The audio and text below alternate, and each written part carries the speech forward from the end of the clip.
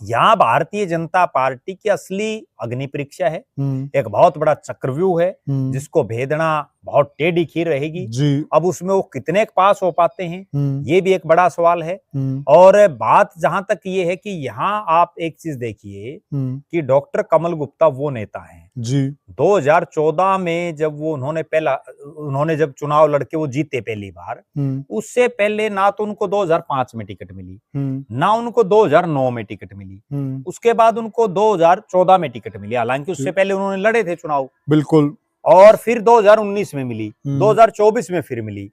2014 में जब वो पहली बार जीत गए ना, उसके बाद उन्होंने हिसार में भारतीय जनता पार्टी की ये हालत कर दी कि या तो उनकी हाजिरी मारो, उनकी छत्र छाया के नीचे रहो, या जिसने भी थोड़ा सा सिर ऊपर उठाने की कोशिश की उन सब का राजनीतिक कैरियर आप देखो। अब जिन्होंने 2005 में चुनाव लड़ा वो कहाँ है भारतीय जनता पार्टी? जी बिल्कुल सही, ठीक है ना, बहुत अच्छा पॉइंट कह रहे हैं आप। वो कमल गुप्ता जी भी कभी ये नहीं चाहेंगे कि मेरे होते हुए अगर जिंदल हाउस का मेयर बन गया तो फिर कमल गुप्ता को कौन पूछेगा?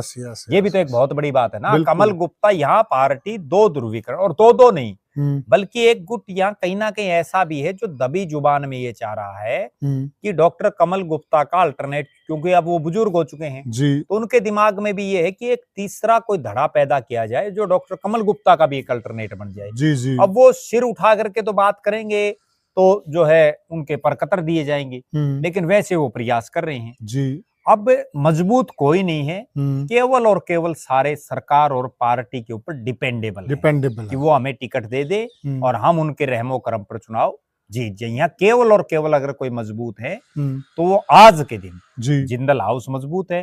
अब जिंदल हाउस किसको उतारता है चुनावी मैदान में, और चुनावी मैदान में उतारने के बाद उसमें भी एक बड़ी गंभीर बात है, कैंडिडेट भी देखा जाएगा जी। अब पिछली बार भी तो जिंदल हाउस ने जो है रेखा एरन को अपना आशीर्वाद दिया था, खूब सावित्री जिंदल ने उनके वोट मांगे थे, बिल्कुल सही, पिछली बार वो क्यों हार गई? ठीक है ना जी। तो ये नहीं है कि भाई यहाँ तो प्रत्याशी कौन होगा, उसकी छवि कैसी होगी, वो कितनी मेहनत करेगा, क्या करेगा, उन सब चीजों पर डिपेंडेबल रहेगा। वो कैसे पूरे चुनाव को मैनेज कर पाएगा, कैसे उसकी मैनेजमेंट होगी, उस पर हार और जीत तय होगी।